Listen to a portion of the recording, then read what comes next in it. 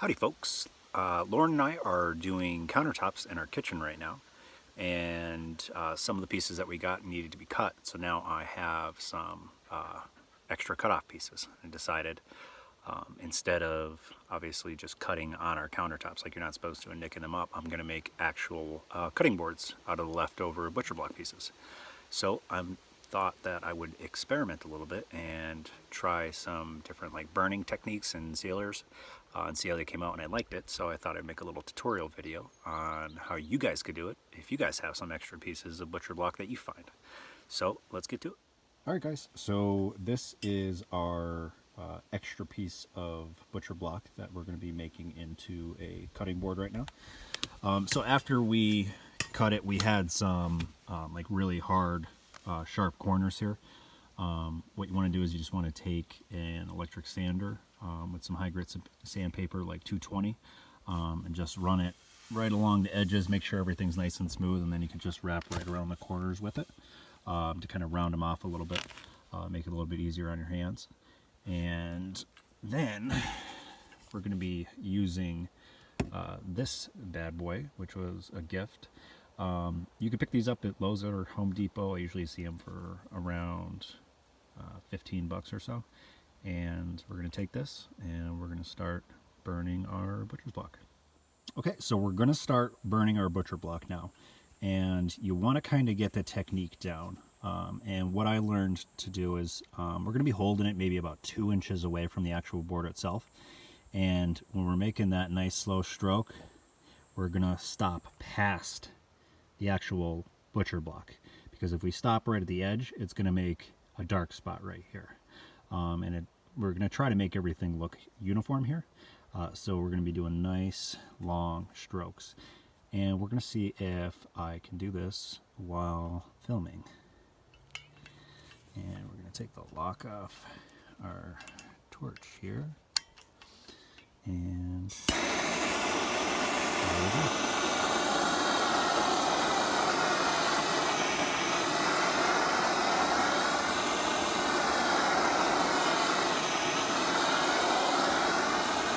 And you can see how the torch offers more contrast on the wood and really brings out the grain in the wood. And if you don't like how dark it's coming out and you want to go a little bit darker, then you can just keep going over a little bit more. And basically just doing it until you get the desired effect. Okay, so we just got done burning this entire side. So this is, a darkness that I'm happy with. It's kind of, just a little bit darker than what we started with. If I flip it over, you can see that was basically what we started with. And that's where we ended up with. So there's a lot more character to it now. Don't worry about messing up, because the beauty of this is if you have a spot that you really jazz up real good and it's really dark and kind of looks a little bit blotchy, you could just take a sander to it, sand it all off, and just start fresh, so you can actually give yourself a little bit of practice. So I'm going to go ahead and knock out the sides and also the other side of this, so everything on the block will be burned, and then we'll hit up the next step. Okay, so we have our entire butcher block burned at this point. Everything's all good. We're happy with the way it comes out. We don't have any touch-ups that we need to do or any sanding. So our next step is we're going to seal this thing.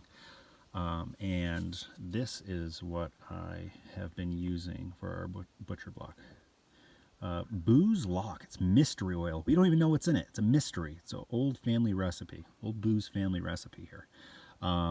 So what you want to do, you want to get a clean rag, and essentially we're just going to put this on very liberally.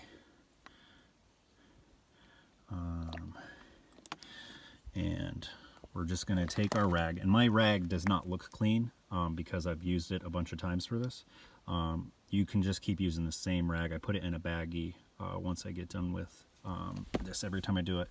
And you just want to keep running back and forth with the grain. We want to make sure that we're going with the grain on here. You don't want to go side to side, and you just want to keep rubbing it in. And you can see how it does change the color of your block a little bit when you do it this way. It gives it a little bit more of a golden color, so you're going to want to keep that in mind. I don't know if there's any other products out there that don't give it the golden color, but you can't really put too much of this stuff on. Basically, you actually want to put too much on. The idea is you want it to be kind of wet when you get done putting this in, so I'm actually going to splash some more on here once I get this coat done. But you want to leave it wet and let it sit about 20 or 30 minutes, and then you could take an actual dry rag in and just wipe all the excess off. And you're going to do this around the entire block, and once you get that done, it's going to be sealed. It's going to keep your butcher block in really good condition. They do recommend doing this like once every month or two, just to keep this long lasting. If you guys keep doing this, you should have this cutting board around for quite some time. So that should be about it. If you guys have any questions, give me a shout.